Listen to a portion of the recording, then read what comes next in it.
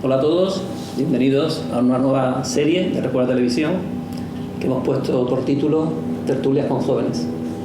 Estamos en la Facultad de Psicología de Sevilla y el primer capítulo de la serie lleva por título ¿Qué es la muerte? Un tema apasionante.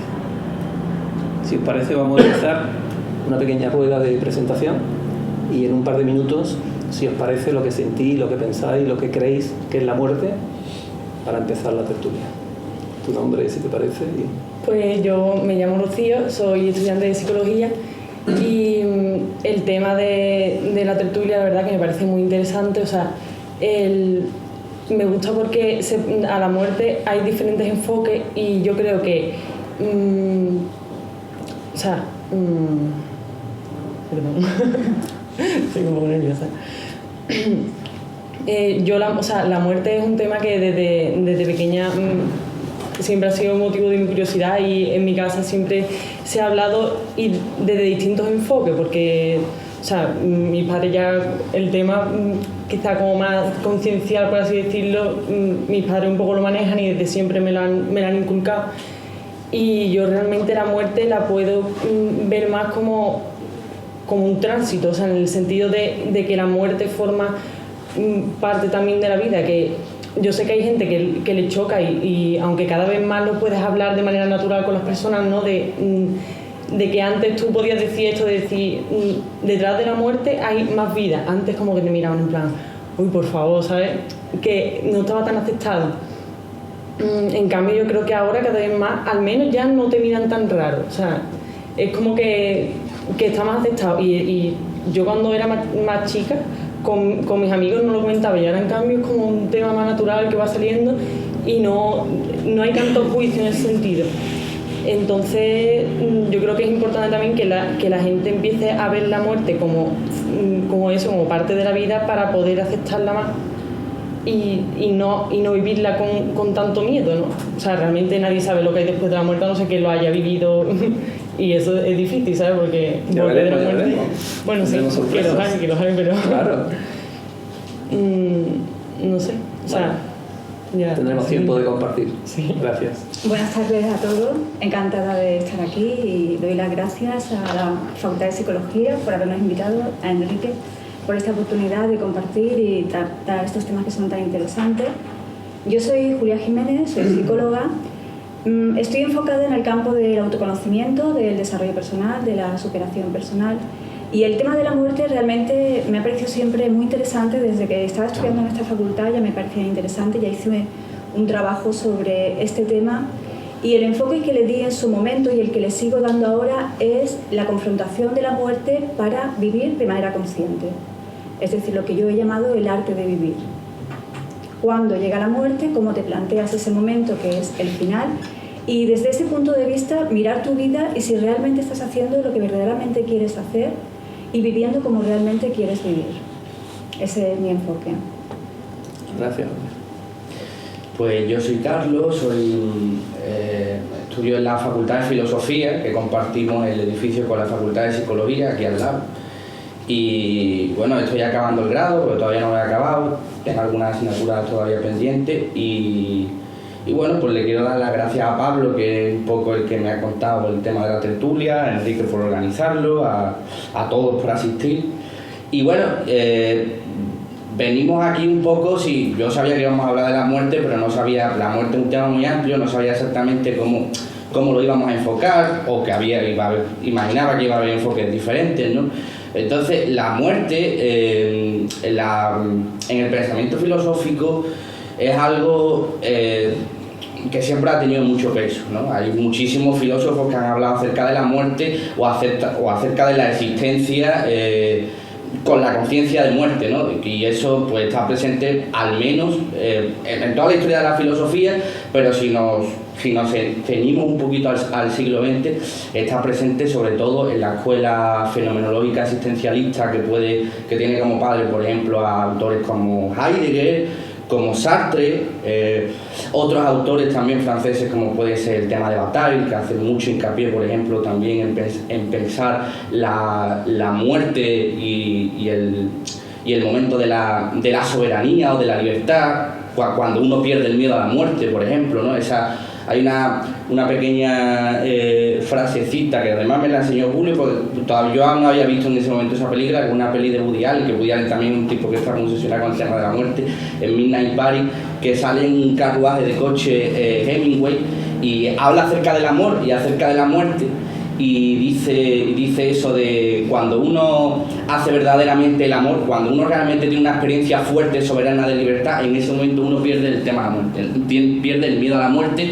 Y entonces ese tipo de experiencias que tienen esa relación con la muerte, de enfrentamiento ante la infinitud, son posiblemente los momentos más interesantes desde mi punto de vista, al menos en los análisis y en el pensamiento que yo intento llevar a cabo por mi cuenta. Y eso, bueno, un poco así es lo que a mí más me interesa. Entonces, a mí no me interesa tanto la muerte como qué va a pasar después de la vida, sino qué hacemos con eso que es la muerte, y con esa conciencia de saber que vamos a morir en vida, ¿no? En vida, porque es de hecho algo muy importante, el saber que vamos a morir, porque esto es un tema también muy debatido, pero por ejemplo yo lo tengo muy debatido con Julio, el tema de, por ejemplo, un animal, un gato o un perro, no que no tenga conciencia de muerte, sabe que va a morir, pero sobrevive, él sobrevive. Hay momentos en la vida en los que de repente ve peligrar su vida e intenta sobrevivir, pero el tema de ser consciente de que uno va a morir, no ahora mismo, sino dentro de un tiempo, ese tipo de asuntos, igual que el pasado es radical, que es un pasado que le sobreviene a uno antes de que uno estuviera vivo, un pasado que le precede y que tiene como legado, como un futuro por venir, en el que él ya no va a estar. Todo ese tipo de futuros y pasados que tiene que ver tanto con el tiempo y que también tiene tanto que ver con la muerte, son temas que a mí me interesan mucho, y voy a cortar ya porque estoy alejando demasiado. Tendremos tiempo. Gracias, Carlos. Muy buenas tardes. Mi nombre es María Ángeles Cortés Lozano. Yo he estudiado psicología, pertenezco a la antigua, a la licenciatura, terminé hace un poquito, hace 2 años y medio. Y bueno, por una serie de circunstancias yo no tenía conciencia de este tipo de sesión que se iba a dar aquí hoy, hasta hace 3 días. Se me puso esta información por delante, por determinadas circunstancias. Fui invitada indirectamente por Emilio, un amigo suyo, me habló de él y a través de eso pues estoy aquí. He empezado a conocer este tema y estoy en la base, digamos, pero creo que es un tema, puede resultarme muy interesante a mí personalmente, por eso le he mandado determinadas herramientas y se me ha puesto delante para, digamos, para poder conocerlo con más profundidad. Para mí la muerte, jamás en mi vida he tenido miedo a la muerte, nunca ha sido un tema que me cree ningún tipo de ansiedad. Siempre he llevado una conciencia muy activa de que la muerte es una etapa más, y bueno, estoy completamente interesada en poder conocer un poquito más de eso, de profesionales que manejen este tema. Gracias. Aquí profesional no hay nadie. Compartimos lo que sentimos y cada uno que coja lo que quiera. Es María Ángeles tu nombre. Sí. Gracias. Bueno, yo soy Pablo Carrera, soy estudiante de doctorado en psicología. Y bueno, me invitó el profesor Alfredo Oliva. Y bueno, a mí me parece un tema interesante porque hay diferentes maneras de abordarlo, de acercarse a ello y de darle sentido, ¿no? Y de diferentes ramas de conocimiento, diferentes culturas, de las diferentes personas, ¿no? El tema espiritual. Y bueno, yo creo que en nuestra sociedad como que está bastante actualmente como tema tabú, o que no se trata con naturalidad y como una parte implícita y fundamental de la vida como es, ¿no? Y pues aparte de que en nuestro entorno de sociedad occidental, de clase media, ¿no? La mayoría que estamos aquí, o a lo mejor no tenemos un contacto tan directo con la muerte como si se tiene pues en otros sitios que hay más violencia o más enfermedades, o se ha tenido a lo largo de la historia. Yo creo que está mucho menos presente y coge mucho más de sorpresa de lo que debería en nuestra sociedad, ¿no? Como algo a ocultar, ¿no? Los cadáveres se sacan del hospital así, que nadie los vea, ¿no? En fin. Y entonces, bueno, la verdad es que me resulta muy interesante para hablar y debatir las diferentes opiniones, diferentes puntos de vista. Gracias, Pablo. Yo soy Alfredo Oliva y soy profesor de esta facultad, concretamente de lo que llamamos psicología evolutiva o psicología del desarrollo, donde estudiamos pues, lo que son todas las etapas por las que pasa el ser humano hasta la última etapa, que es la muerte. Y lo más interesante quizá de la muerte, aparte de que sea una etapa más de nuestra vida, es cómo en cada momento del ciclo vital, evidentemente con diferencias individuales, que las hay entre personas, ¿no? Pues como en cada momento del ciclo vital condiciona la forma en que vivimos y nos enfrentamos a ella, ¿no?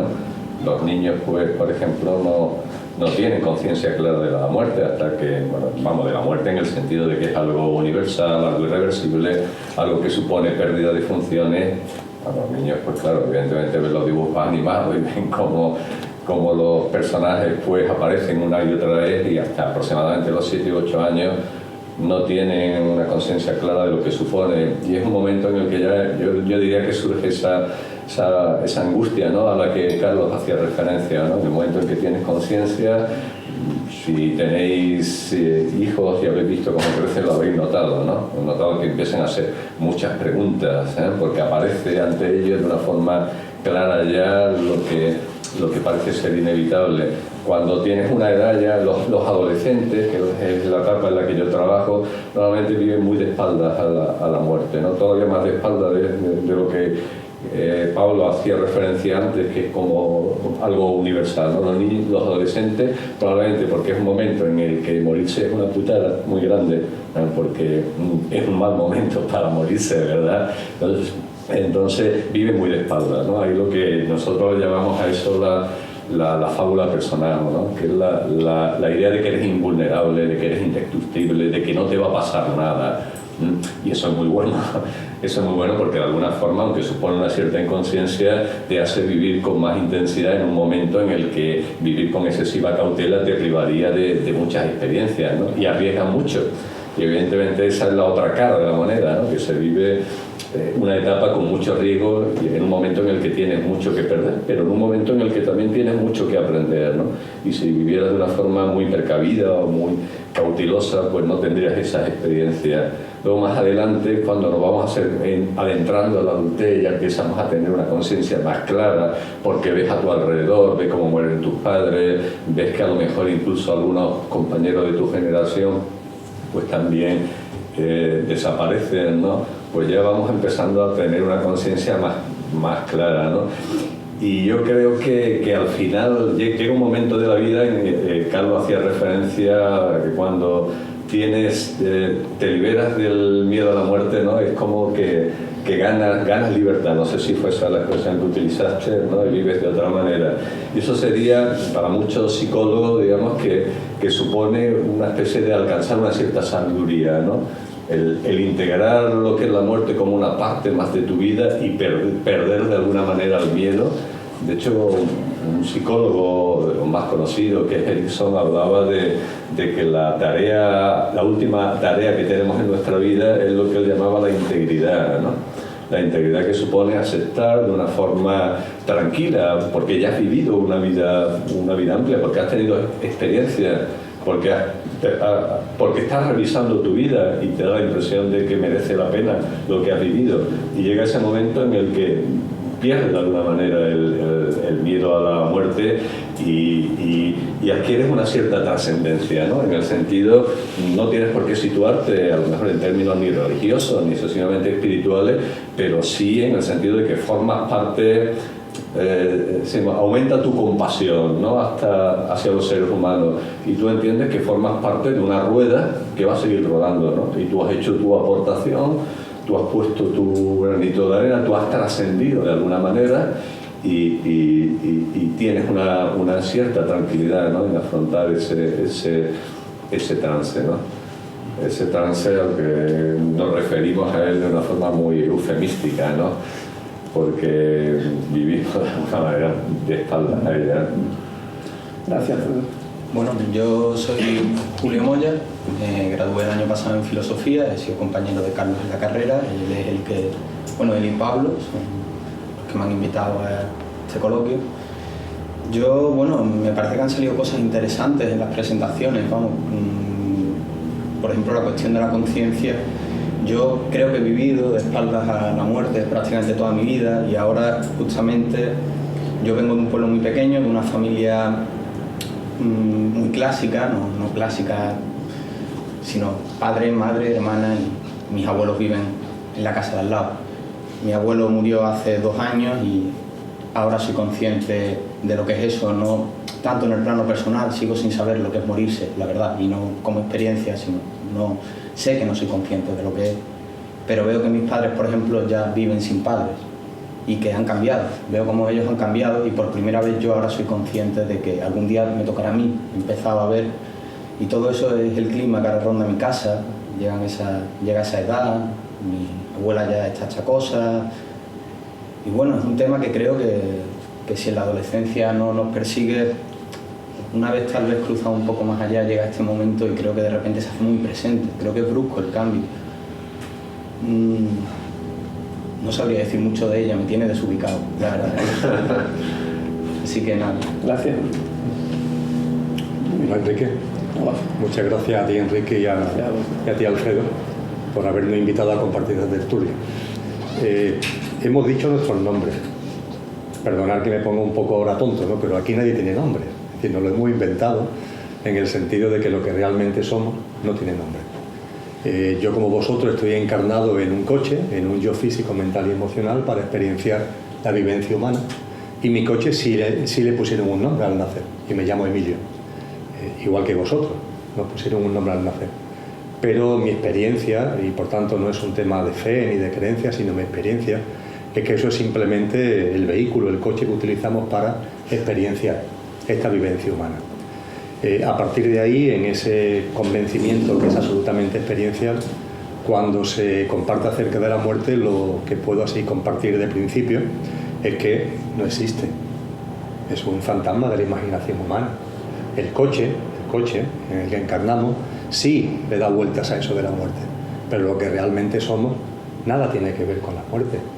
No tiene tiempo, no tiene espacio, pertenecemos a todos los mundos, estamos aquí ahora, pero hemos estado en mucho y estaremos en mucho, y nuestra existencia va mucho más allá de lo que son los años, las décadas, por muy largas que sean, de vivencia de este cuerpo físico.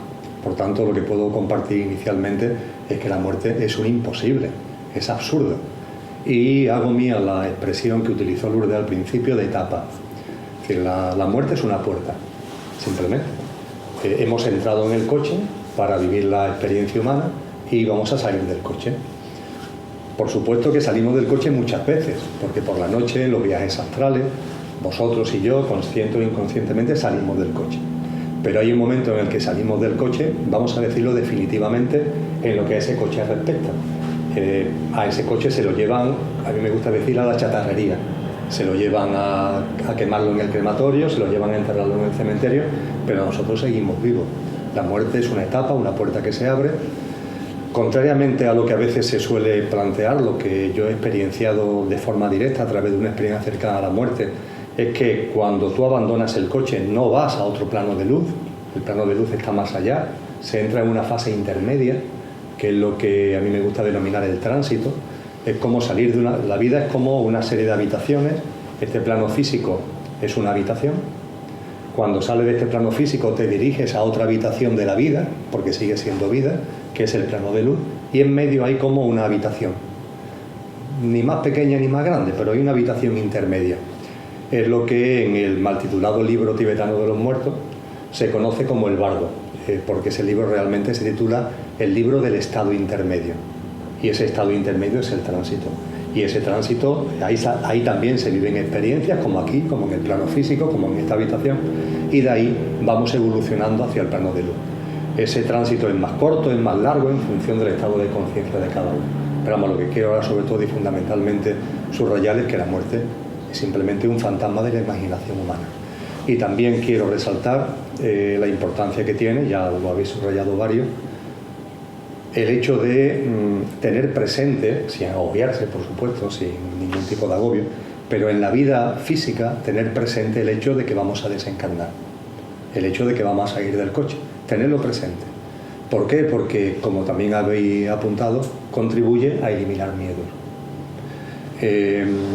Yo he escrito recientemente un libro que tiene como título El tránsito, vida más allá de la vida y experiencia cercana a la muerte, donde al principio narro la indagación que llevó a cabo un periodista de la BBC porque le llamó mucho la atención el que hay un país en el mundo que, según todos los indicadores, tiene el mayor índice de felicidad, que es Bután. Y bueno, este periodista de la BBC, oye, voy a irme a Bután a indagar por qué parece que la gente allí es más feliz que en el resto de los países. Se pasó allí un tiempo, hizo los famosos, como los típicos estudios estadísticos y no encontraba el porqué. Finalmente, otro periodista y un monje budista le dieron la clave. Y es que parece que en ese país, por temas que se hunden en la noche de los tiempos, hay una especie de costumbre para mucha gente de dedicar unos minutillos al día a recapacitar acerca del tránsito, acerca de la muerte. Entonces, durante 2, 3, 5 minutos al día, igual que otras personas, yo qué sé, hacen meditación o van a una iglesia a orar, allí hay una costumbre de recapacitar y reflexionar acerca de la muerte. Y esa reflexión acerca de la muerte hace que la gente le pierda el miedo. Al perderle el miedo, viven la vida de otra forma, con más armonía, con más tranquilidad, con más sosiego, sin tanto miedo, y eso hace que a su vez sean más felices. Entonces me parece que una tertulia como esta es muy oportuna porque no nos sitúa en lo que a la mente tanto le gusta del hablar del futuro. Ahí cuando tú hablabas del futuro, el pasado, eso a la mente le encanta. Entonces la muerte no es una reflexión de estas intelectuales acerca de lo que va a pasar dentro de no sabemos cuándo. La muerte efectivamente nos puede pasar dentro de un minuto o dentro de 30 años, vete a saber, ¿no? Pero lo cierto es que la pérdida del miedo a la muerte repercute en el aquí y ahora.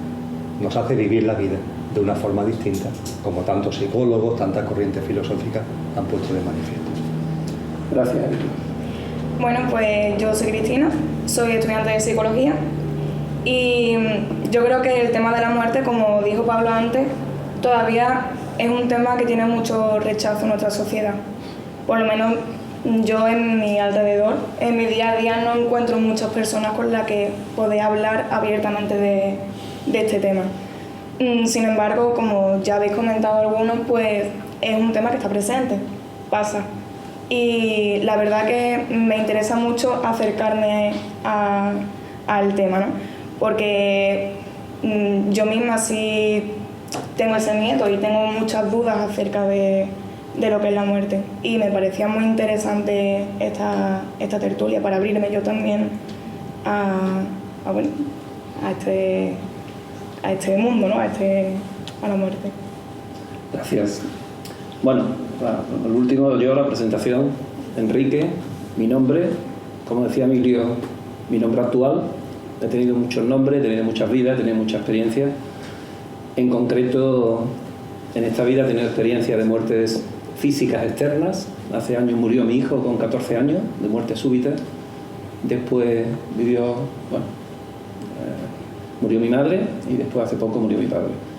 Eso me trajo el preguntarme cosas y empezar a indagar. He estado en muchos sitios, en orden iniciática, en meditación, he hecho muchísimas cosas en religiones y tal.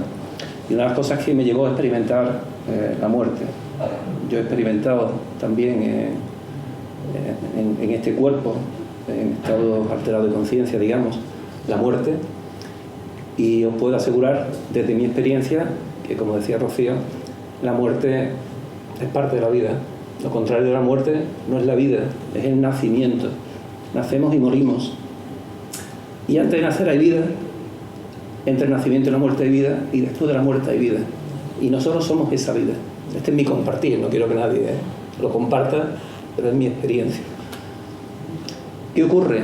Que la mayoría de las personas, como tú bien decías, Rocío, tiene miedo a la muerte porque no se habla de ella. Y quien tiene miedo a la muerte tiene miedo a vivir, tiene miedo a la vida. Entonces se está perdiendo lo maravilloso que es la vida por el miedo. Entonces, conociendo a Alfredo, digo, oye Alfredo, y la presentación que hicimos, recuerda, televisión del libro de Emilio, ¿por qué no organizamos una tertulia con jóvenes donde se hable de algo que es tabú en la sociedad? A los niños se les esconde, se ha hablado aquí. en el cementerio, no se le lleva. Y la muerte hay que conocerla. Yo no digo que la experimentéis, pero bueno, hay que conocerla. Porque, no hay prisa. Claro, no, pero se puede experimentar de otra forma, sin dejar físicamente el cuerpo del todo, y ahora comentaremos, ¿no? Se puede experimentar y darte cuenta, porque lo que yo digo, insisto, no lo creáis. No creáis nada de lo que se habla aquí, pero os animo a los jóvenes a que experimentéis. No digo experimentar la muerte, o sea, bueno, hay formas, entraremos ahora si queréis un poquito en el tema. Esa experiencia de vida que hacía Alfredo alusión, eso es lo que os va a llevar a tomar conciencia. Por mucho que leáis, que estudiéis, que veáis la televisión sobre lo que es la miel o lo que es el amor, si no probáis la miel y no os enamoráis, no vais a entender lo que es la miel o lo que es el amor. Bueno, quiero agradecer a Alfredo, a la Universidad de Sevilla, a la Facultad de Psicología, a todos vosotros y a todos los que nos ven, hacer posible esta tertulia. Y si os parece, continuamos. Con Emilio ha contado su experiencia de vida, yo he contado la mía en cuanto a la muerte. ¿Alguien más tiene alguna experiencia cercana a la muerte, de muerte, o la ha vivido de alguna forma, o lo ha soñado? Para empezar por ahí.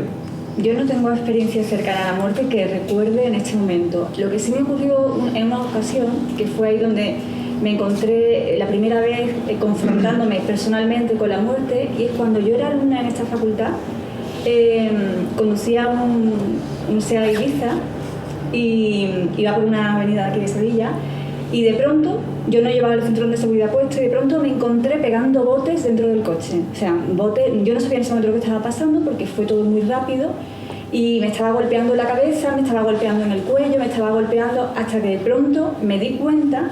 Es impresionante la capacidad de procesar información que tenemos los seres humanos cuando la vida vemos que se nos puede ir en cualquier momento. Entonces tomamos conciencia de lo frágil que es nuestra vida física. Y me di cuenta de que podía acabarse todo lo que yo había vivido en este momento.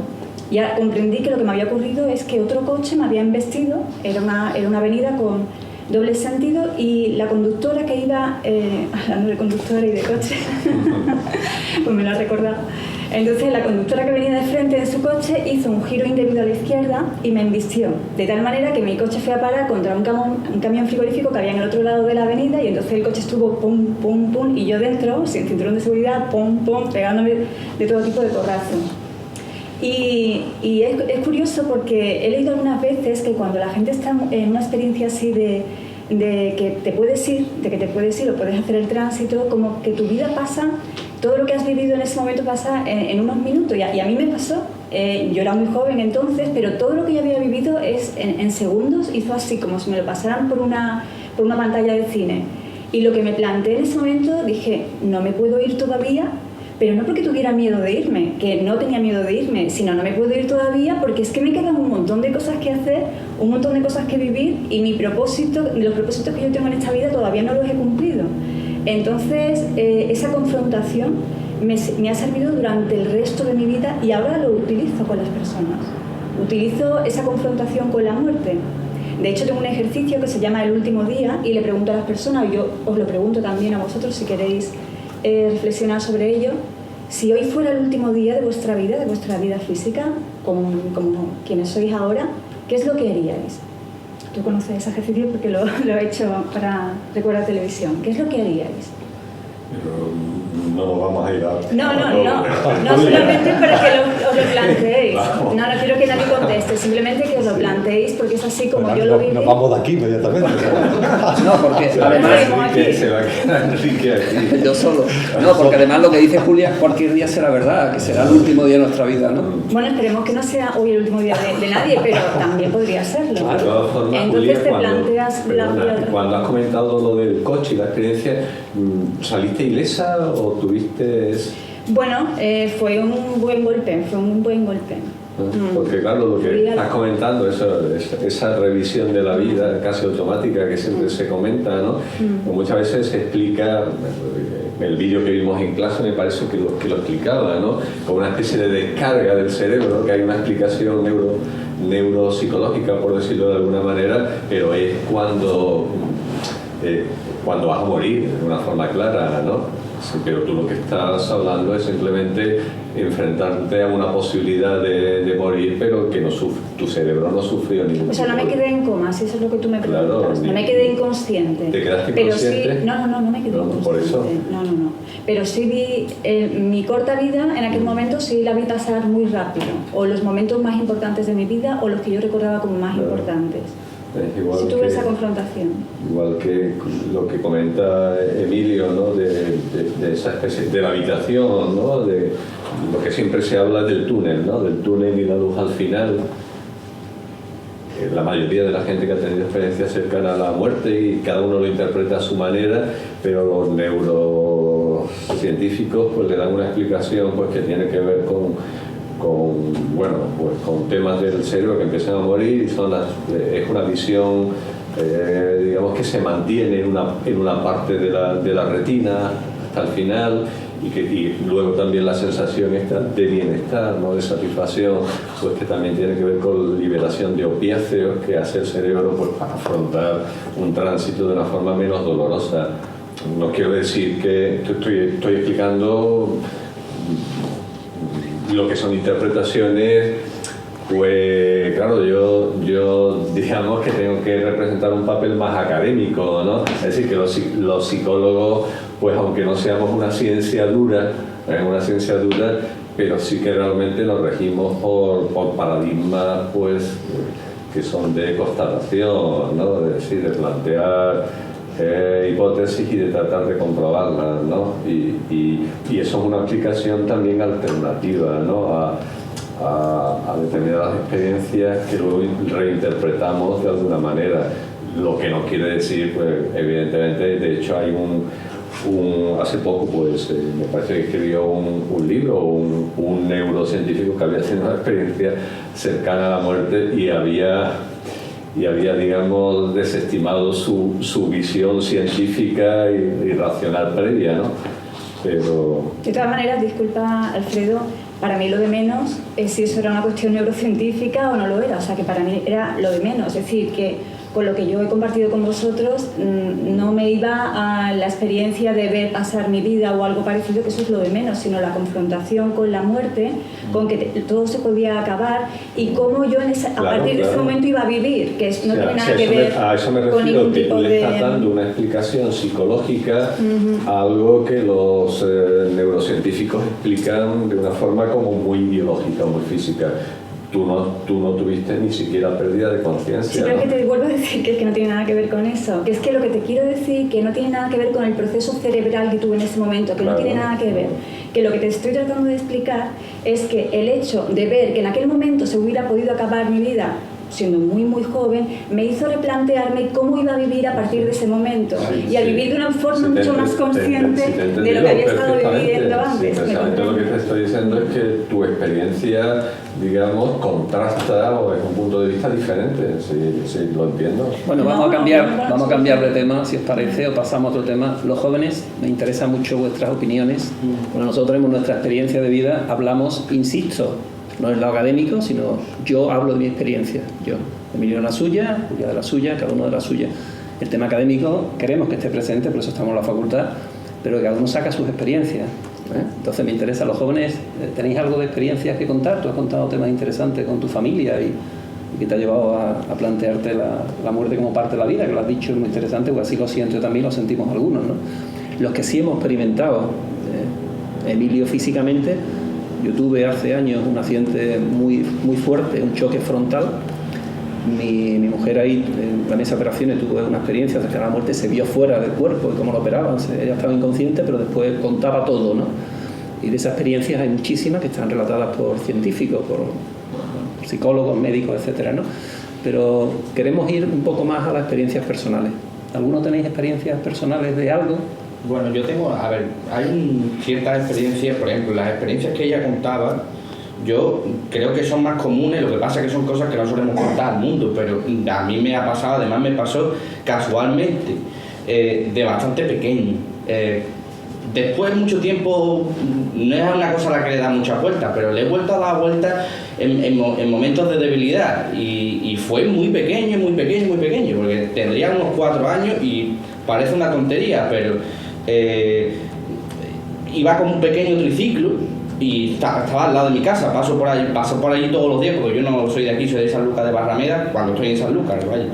Y es un garaje muy empinado, con una serie de pinchos y tal, y entonces yo veía que pues, los jóvenes, los adolescentes y tal, se tiraban por el terraplén con la bici derrapando, y yo pensé que podía hacer lo mismo con el triciclo. Obviamente con el triciclo no puedes hacer eso, además menos si tienes 4 años, ¿no?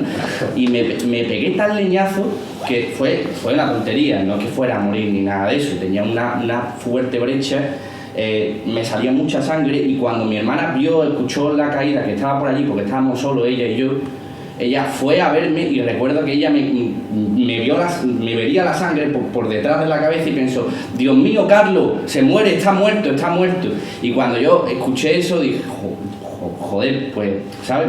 Recuerdo muy bien aquellas imágenes de mi hermana gritando, la voz de mi hermana gritando: se muere, está muerto, ¿no? Y yo además estaba en un estado un poco como de: joder, me acabo de caer, estoy un poco groggy, y fue algo un poco, creo que no fue un accidente de coche, creo que un accidente de coche es un susto mayor, ¿no? que una caída alta, pero aquella voz, ya que también fue una experiencia en la que uno mismo se asusta al ver el susto también del otro, ¿no? de que te está diciendo a ti que estás muerto, ¿no? De una cosa un poco así, ¿no? Y tú como niño a lo mejor llegaste a pensar: joder, a lo mejor estoy muerto, ¿no? Claro, fue una cosa así, en plan, no me habré muerto, ¿no? Algo así, ¿no? Fue una experiencia un poco así, ¿no? Y fue, ya te digo, de muy pequeño, con 4 años así, fue muy pequeño. Bueno, ¿queréis algunos, si no queréis contar experiencias, queréis preguntar cosas que preguntaríais a alguien que haya vivido esa experiencia y que le ha parecido, que puede contar, o qué inquietudes tenéis? Porque, en fin, aquí hay personas... Yo le preguntaré a Emilio si después después de tu experiencia cambió radicalmente tu forma de pensar en la muerte, claro. Y obviamente, ya lo has dicho antes, de vivir. Es decir, tú probablemente tenías a lo mejor una visión menos de la muerte, más, no sé cómo llamarle, más realista, de otra manera, tú ahora estás más mundana, sí, estás refiriéndote ahora a la muerte en unos términos, es decir, que a lo mejor no es usual pensar de esa manera, ¿no? Pensar que nuestra vida es un coche que abandonamos. Es decir, ¿fue algo automático, algo inmediato? ¿Fue producto de una reflexión a lo largo de unas semanas o unos meses después? ¿O ya pensabas de una forma parecida antes? Lo que a mí me gusta llamar el proceso conciencial que todos vivimos. Todos estamos en evolución en conciencia. A mí me gusta hablar del estado de conciencia de las personas. Cada uno tenemos el nuestro, que es la forma en la que vemos la vida, la muerte, el mundo, vemos a los demás, vemos las cosas, vemos la divinidad o la concebimos. Eso es el estado de conciencia de cada ser humano. Cada uno tiene el suyo y está en evolución. Normalmente no es permanente. Tu visión, tu estado de conciencia ahora no es el de hace 4 años, ni dentro de 4 años será como es ahora, porque por la vía de las experiencias, no por la vía de los libros, no por la vía de lo que podamos escuchar en programas de televisión, con todo el respeto. Así no se evoluciona en conciencia, se evoluciona por la vía de las experiencias, aunque esas informaciones puedan resonar en ti por tus experiencias y acelerar relativamente el proceso, pero la clave son las experiencias.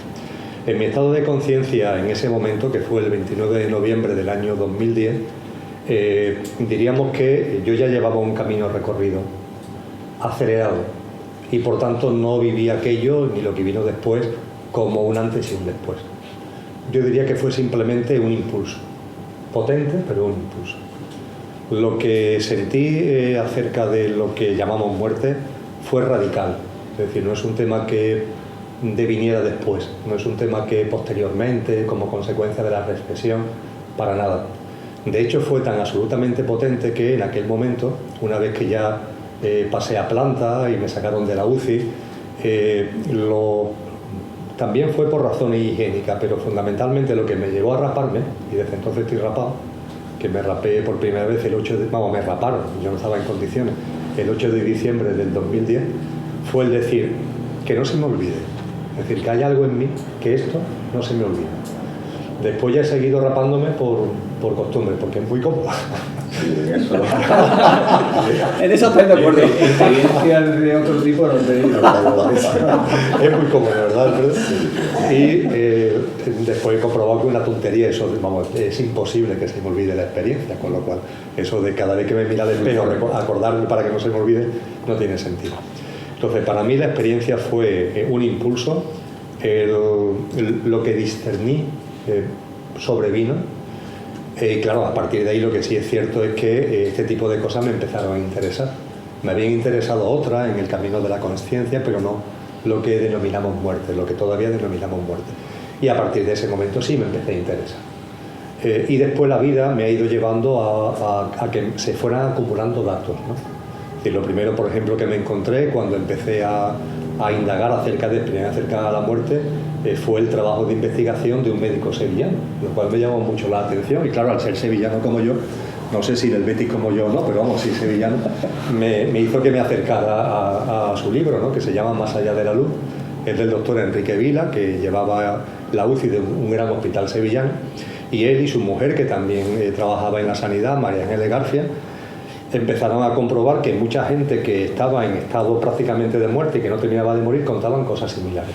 A partir de ahí empezaron a contactar con compañeros médicos de todos los hospitales de España y acumularon una base de datos de más de 700 personas y finalmente terminaron publicando un libro. Enrique terminó publicando un libro en el año 2007, él ya ha fallecido, que tiene 62 casos.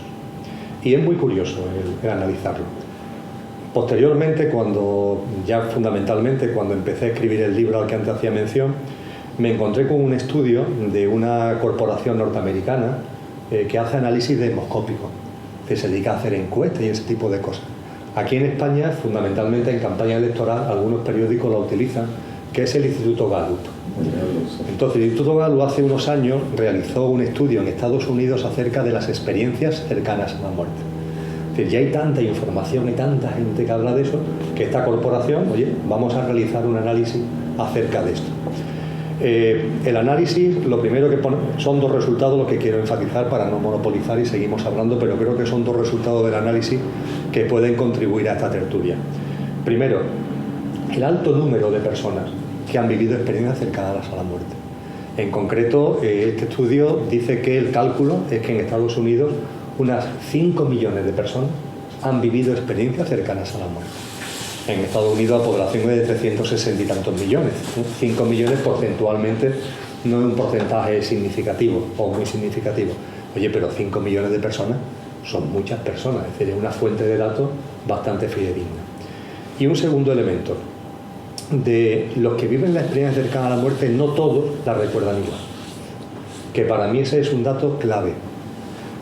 Porque si se correspondieran a procesos fisiológicos, psicológicos estándar, pues se viviría de una forma semejante. Sin embargo, la gente se tiende a agrupar con matices en dos grandes tendencias. Una tendencia claramente mayoritaria, en el estudio del Instituto Gallup lo concentra en el 96% de los casos. Lo que cuando se le pregunta ahora, porque de los 5 millones no pudieron encuestar a 5 millones de americanos, pero hicieron una muestra significativa y la encuestaron. Bueno, pues el 96% recuerda la experiencia de muerte, entre comillas, como una experiencia placentera, de paz, de armonía. Y como consecuencia de eso, ahora que habían vuelto al coche, no tenían ningún miedo a la muerte. Había algunos que tenían miedo a la muerte de los seres queridos, pero la mayoría habían perdido el miedo a la muerte, incluso de los seres queridos, que parece ser que es el miedo que más cuesta superar, más que el de la muerte propia. Y sin embargo, un 4% lo que había vivido era una experiencia de angustia, una experiencia de terror, una experiencia de miedo. Y cuando ahora, ya que están aquí, piensan acerca de que llegará ese momento, le aterra tremendamente. El 96% por una parte, el 4% por otra. Y concluyo con la siguiente aportación. En los últimos años yo he conocido a cantidad de gente que ha tenido experiencia cercana a la muerte, una enorme cantidad de personas que han compartido abiertamente conmigo. Lo señalabais ante vosotros, tú fundamentalmente, la gente se calla. Le cuesta trabajo hablar de ese tipo de cosas, pero cuando se encuentra en un contexto adecuado, se lanzan, ¿no? Y es curioso la cantidad de gente que tiene experiencia de este tipo. Entonces, las experiencias de este tipo no solamente ocurre con la muerte, ocurre con muchas otras cosas, ¿eh? Pero bueno, ahora estamos en la muerte. Es que vives una experiencia donde la vida te da un dato, tienes que experienciarlo, claro, te da un dato para que tú sepas que no es fantasía, para que tú sepas que no es consecuencia de procesos que tengan que ver con la fisiología, la biología, las neuronas, etcétera, etcétera. Siempre hay un dato. Yo eso lo he comprobado en muchas otras cosas, ¿eh? Y en el caso concreto de lo que fue mi experiencia, el dato es el siguiente. Yo entré muy mal en el hospital, me llevaron a la UCI y yo estuve totalmente incomunicado, lo que fue ya puramente asistencia médica y ya está, desde la 1:30 de la tarde. Lo que yo viví como salida de mi cuerpo, podemos entrar después en eso, ahora no voy a cansar con la experiencia en sí, fueron 2 horas, entre las 16 y las 18 horas, 2 horitas. Bueno, una vez que vuelvo a lo que es el coche, a lo que es mi cuerpo, yo soy consciente de lo que he vivido. Cuando por fin ya hay un familiar, María Jesús me visita, yo inmediatamente le cuento lo que ha ocurrido. Y claro, cuando tú a alguien le cuentas esto, la gente te mira, vamos, por mucho que te quiera, te mira con cara rara, ¿no? Entonces empiezo a contar a María Jesús lo que yo he vivido. La experiencia de salir del cuerpo, la experiencia de ver tu vida íntegra, porque se ve íntegra, comprobar que en la vida todo encaja, que no hay errores, que no hay equivocaciones, que lo que tú consideras que es un error no es sino una experiencia que abre otra puerta, que te lleva a otra experiencia que hace que crezca en conciencia, el que ves que estás acompañado, que es lo siguiente que se ve cuando estás en el tránsito, cuando estás en el tránsito en paz, porque se puede estar en el tránsito no en paz, y de eso también podemos hablar. Porque en el tránsito tú puedes darte cuenta de que has desencarnado y aceptarlo, o no darte cuenta, o darte cuenta y no aceptarlo. La película El sexto sentido lo pone muy bien de manifiesto, donde Bruce Willis no se da cuenta. Eso sí, cuando se da cuenta lo acepta. Puede ser que no te des cuenta, y cuando te des cuenta no lo aceptes, porque hay mucha atadura en este plano físico. En mi caso, yo me di cuenta, lo acepté sin ningún problema y viví la experiencia del acompañamiento. Bien, en ese acompañamiento yo encontré unas figuras que eran puramente luz. No había nada físico en ellas, pero sin embargo percibí un aroma.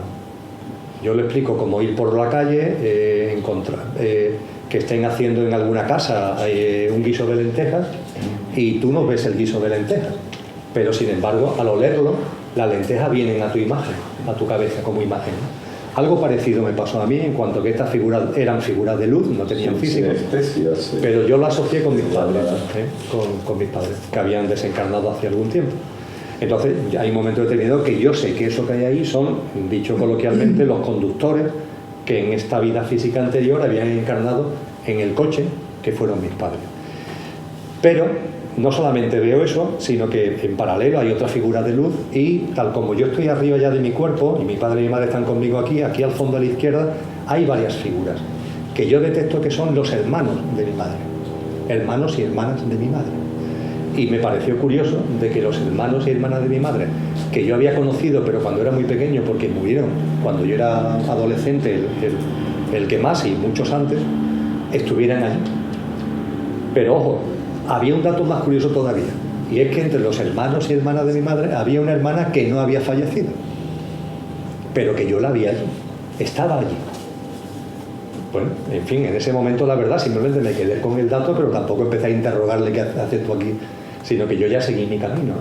Entonces cuando empiezo a contar esto es cuando María Jesús me dice: Emilio, es que es tremendo lo que me estás contando, porque todo lo que me estabas diciendo, bueno, en fin, puedo, pero es que hay algo que claro que tú no sabes, y es que tu tía María, tú entraste aquí a las 1:30 y ella ha muerto a las 2:15 de la tarde.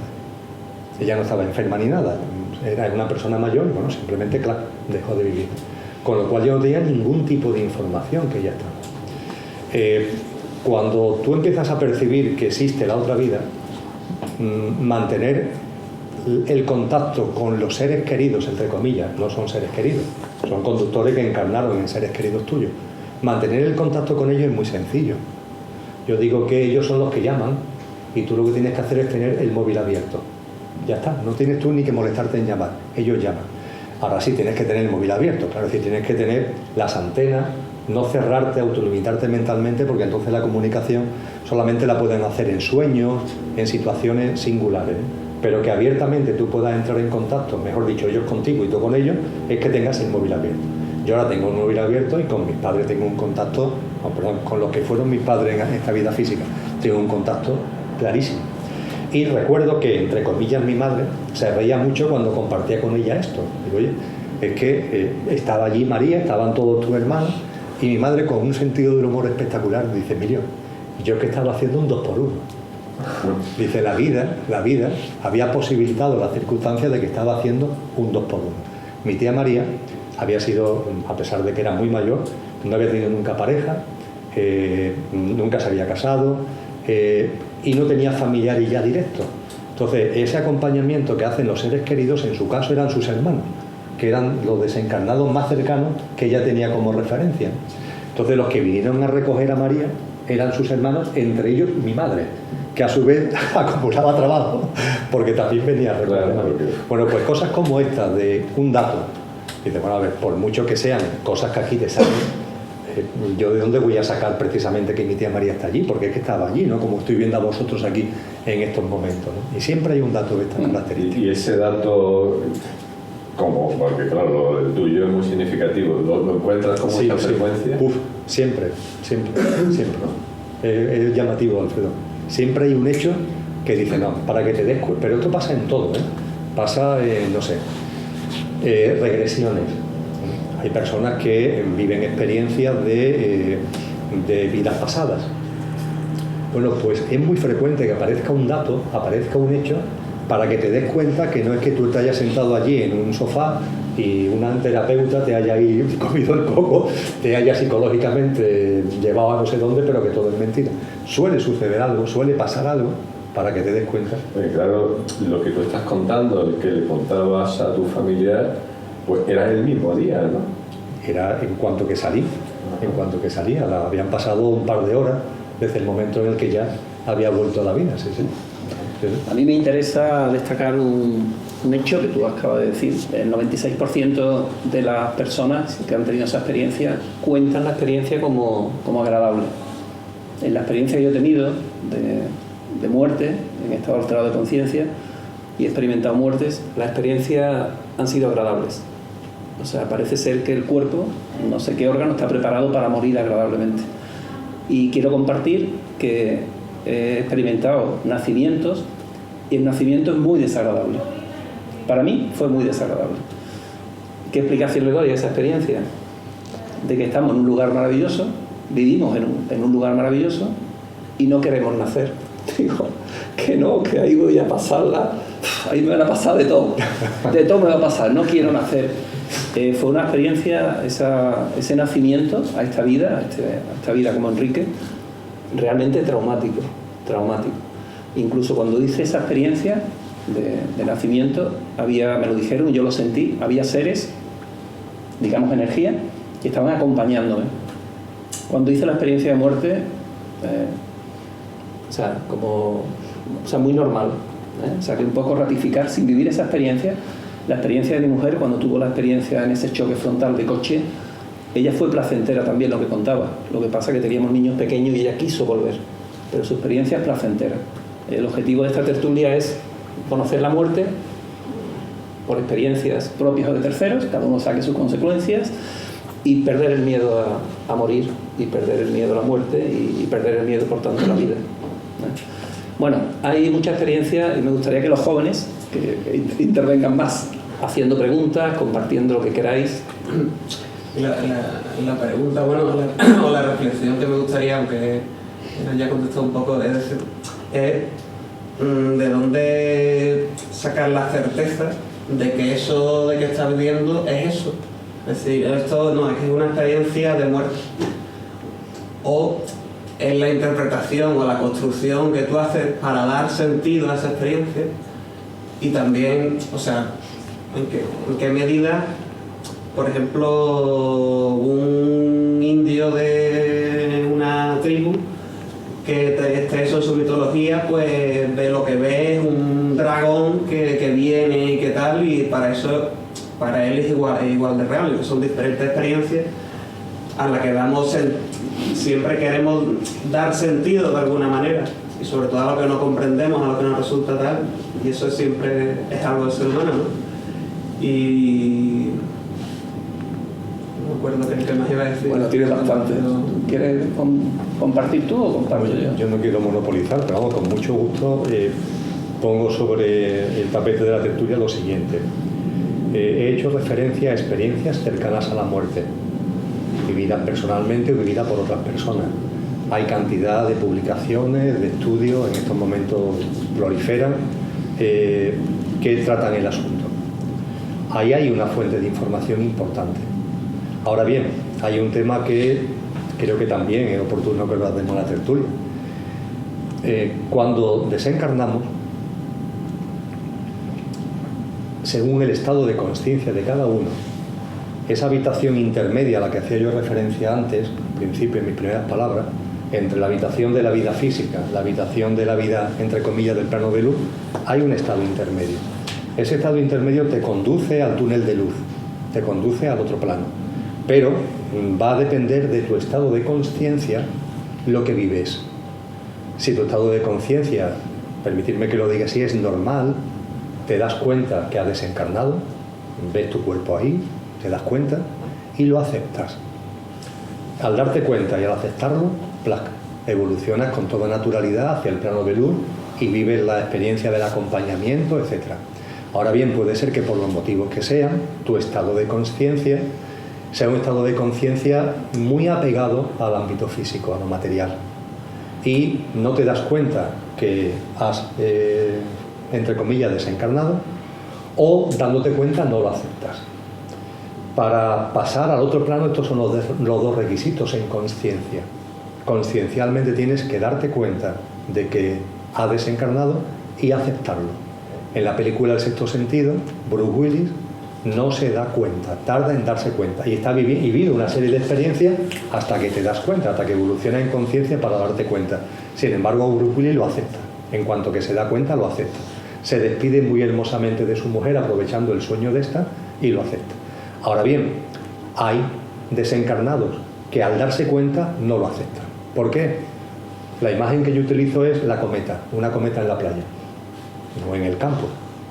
La tienes con una guita cogida y la cometa está volando.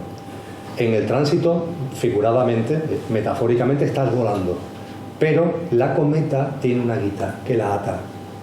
A este plano físico la ata algo. Ese algo que es fundamentalmente apegos y miedo. Apegos y miedo. Apego de placer. La guita más gruesa son los apegos de sufrimiento, cosas que tú consideras que tienes que hacer todavía, porque te has portado mal, porque tienes círculos por cerrar, el dolor que está ocasionando a gente que se queda aquí, esas cuerdas. Y también hay una cuerda muy potente que es el miedo. Básicamente el miedo a ser juzgado. Hay gente que no evoluciona en el tránsito porque temen que al pasar el túnel de luz esté, permitirme la broma, San Pedro con la libreta diciendo tú no, tú para atrás, tú te vas al infierno a vivir el castigo eterno. Eso en el libro tibetano de los muertos le llaman el viejo de la balanza, que pone tus obras buenas y tus obras malas.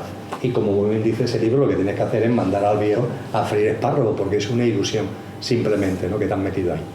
Bien, cuando tú evolucionas, en el tránsito evolucionas, pero hay gente que por no darse cuenta o al darse cuenta no aceptarlo, se quedan tiempo en el tránsito.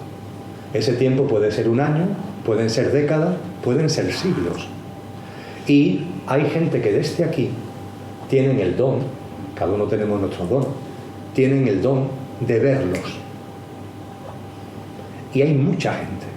Si antes comentaba que hay mucha gente que ha vivido experiencias, hay mucha gente que tiene el don de ver a los que están en tránsito. Claro, a partir de ahí podemos decir, están como una cabra. Bueno, pero ¿por qué no pruebas?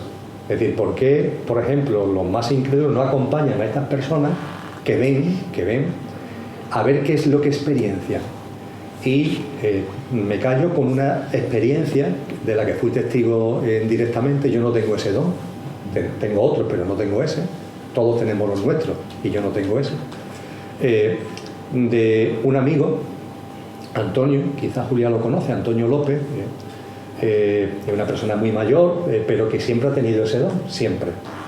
Bueno, pues él me llama para decirme que a través de un familiar, una señora que tiene una peluquería en la Alameda de Hércules, en Sevilla, esto hace unos años, a través del familiar se ha puesto en contacto con él porque están pasando cosas muy raras en la peluquería.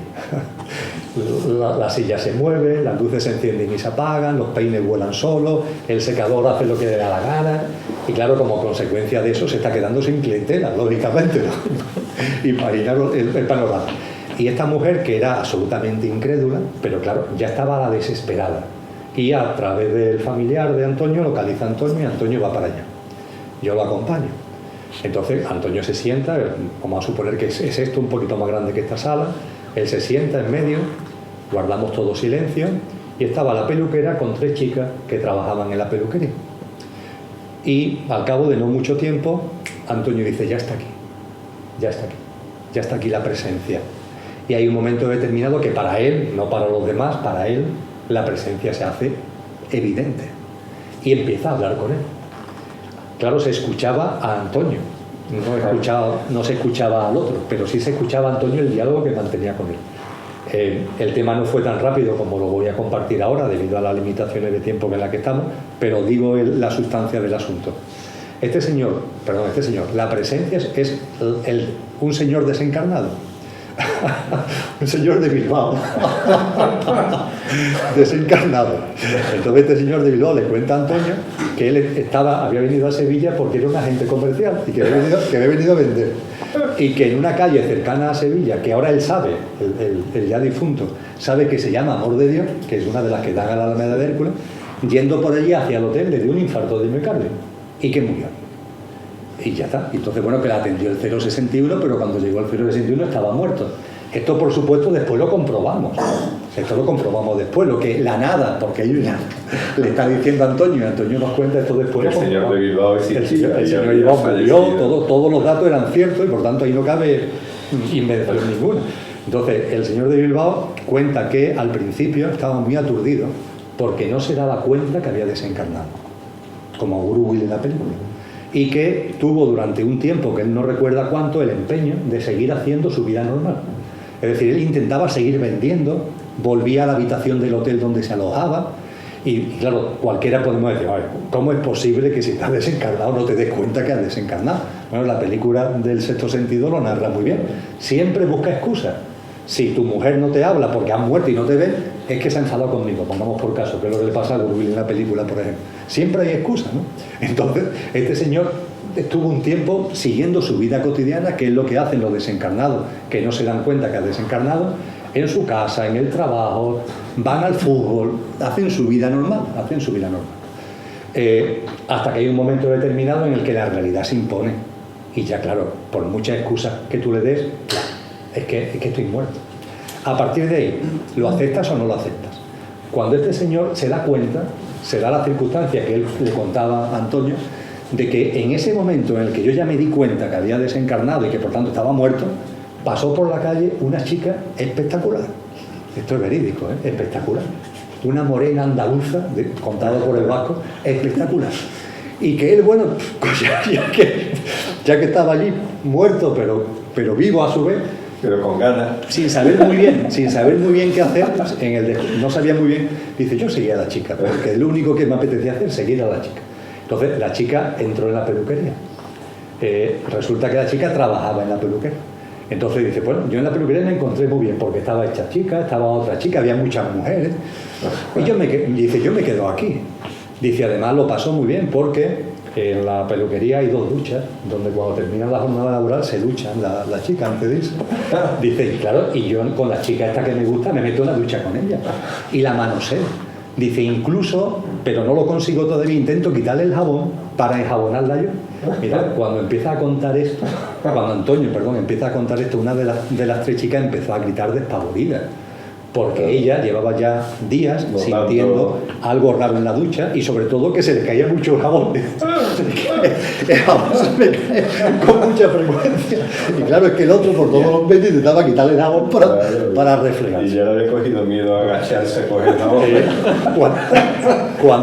Cuando en fin, ya abrevio, esta persona ya, Antonio hizo con él un acto de consciencia, mira, acéptalo, busca el túnel de luz, estás acompañado. Y tardó 48 horas en hacer el tránsito. Y cuando hizo el tránsito, pues acabó. Los problemas en la peluquería se acabaron y aquello volvió a la normalidad. Todo este rollo que he contado es porque no solamente hay experiencias vividas de gente que ha tenido o hemos tenido experiencias cercanas a la muerte, sino que hay una enorme cantidad de gente que tienen contacto porque ven, porque tienen ese don con gente que están en el tránsito. Y es que están ahí. Y con sus traumas, con sus ataduras, con sus problemas, y en algunos casos... Emilio, y el contacto es solo con los que están en el tránsito, en el momento, digamos, que sales de la habitación ya no hay contacto. En el momento que pasas el tránsito, sí. Hombre, hay un contacto distinto. Por ejemplo, yo lo tengo con entre comillas, mis padres. Mi hija... Pero no es tan real, ¿no? Probablemente, no es tan vivido. Bueno, efectivamente, es decir, el contacto que yo tengo con mis padres no es tan vivido como el que he comentado del tránsito. Pero, por ejemplo, no tengo ningún problema en compartirlo. Yo tengo 3 hijos, 2 varones y una hembra, son ya mayores. Entonces, mi hija Paula tiene 27 años, vamos, que es una persona sensata, tiene 2 carreras, ha aprobado su oposición, en fin, pero desde que era una cría, ve. ¿Ella qué es lo que ve? Ella ve niños. En casa siempre le hemos respetado al máximo, en lugar de decirles qué tontería, qué fantasía, siempre le hemos escuchado, le hemos preguntado y le hemos impulsado a comunicarse con esos niños, que según ella están por todos lados, en casa, en la calle, en las azoteas, en los autobuses. Y ya recuerdo que con 16, 17 años yo la animé a que hablara con ellos. Yo daba por hecho de que eran niños que habían fallecido, que estaban en tránsito. También mueren muchos niños. Y que por las razones que fuera mi hija no veía, como le pasa al niño de la película del sexto sentido, que ve en tránsito de todas las edades, sino que por lo que fuera, mi hija solamente ve en tránsito a niños. Entonces, cuando mi hija entra en contacto con ellos, aunque ella dice que no es el momento, lo sigue diciendo ahora con 27 años, de que no es el momento ahora mismo todavía de llevar a cabo, de poner en práctica ese don, pero cuando yo le digo que entre en contacto con ellos, no son muertos, son conductores que llevan mucho tiempo sin encarnar y que antes de volver a encarnar están por aquí. Y que la apariencia, que la fisonomía que danzan al exterior es la de niños. Entonces, todos tienen el mismo patrón. Llevamos mucho tiempo sin encarnar, suelen ser además conductores conciencialmente ya muy avezados y están aquí como compartiendo con nosotros en nuestro alrededor para darse cuenta. Es decir, que esto en definitiva es una especie de, permitirme la broma, una especie de selva. Es decir, nuestros sentidos corpóreos y mentales, como le pasa a nuestros oídos, perciben una banda. El oído percibe una banda de frecuencia. Hay sonidos que se nos escapan por bajo, sonidos que nos escapan por alto. Bueno, pues esto es igual. Es decir, aquí la realidad es mucho más completa y hay personas que tienen ese don. Y claro, a partir de ahí todo depende. Si tú empiezas a decir, estos son fantasías de todo el mundo. Yo lo que puedo garantizar, porque en mi experiencia es que esto es masivo, es espectacular, y cuando por fin la gente habla y se encuentra en un contexto a lo mejor como este, donde la gente, es tremendo. El problema que a mí me llama un poco más la atención es lo de el momento en lo que tú llamas desencarnar, ahí en ese momento pierdes la conciencia. No, es decir, es cuando la ganas. La conciencia es decir, tal como la entendemos, digamos, es el cúmulo de experiencias que tú has tenido a lo largo de toda tu vida, lo que define tu identidad personal, lo que define tu yo, lo que son tus relaciones, todo lo que nos define como personas. Porque claro, en el momento que tú cambias de coche, la conciencia no va contigo. No sé si me explico. Sí, me explica perfectamente, Alfredo, pero no un tema importante, perdona. El coche tiene un sistema operativo que no es consciencia, es la mente, que es distinto. La mente es una cosa, la consciencia es otra. El conductor tiene otro sistema operativo, igual que los móviles o los ordenadores tienen un sistema operativo, el coche tiene un sistema operativo que es la mente. Todo lo que hacemos en nuestra vida física con el coche es mental. El mundo de los pensamientos, el mundo de las emociones que te voy a contar a ti, ¿no? Que lo sabes mucho mejor que yo, está aquí, ¿no? En relación a la mente. La conciencia, tal como la percibo, es otra cosa. A mí me gusta decir que la conciencia es un espejo y la mente, cuando mira la vida, es un espejo roto. Y la conciencia, que es lo que realmente somos, no juzga, no opina. La vida está aquí, yo estoy aquí y se unifican porque yo soy un espejo y la vida soy yo, no hay diferencia. No hay ruptura, no hay separación, no hay dualidad. La mente es un espejo que se rompe. Y cuando ese espejo se rompe, miramos ahí y te ves en 1000 fragmentos, ¿no? Divide lo que es uno, aparentemente lo divide. Entonces, lo que yo entiendo por conciencia pertenece al ámbito del conductor. Y eso, cuando salimos del coche, esa conciencia está ahí. Ya no hay mente. Y la mente, en muchas ocasiones, distorsiona la conciencia en lugar de apoyarla, ¿no? Me gustaría a mí, a Pablo, decirle eso. Respondió a tu pregunta, certezas científicas no existen. Existen experiencias que se comparten.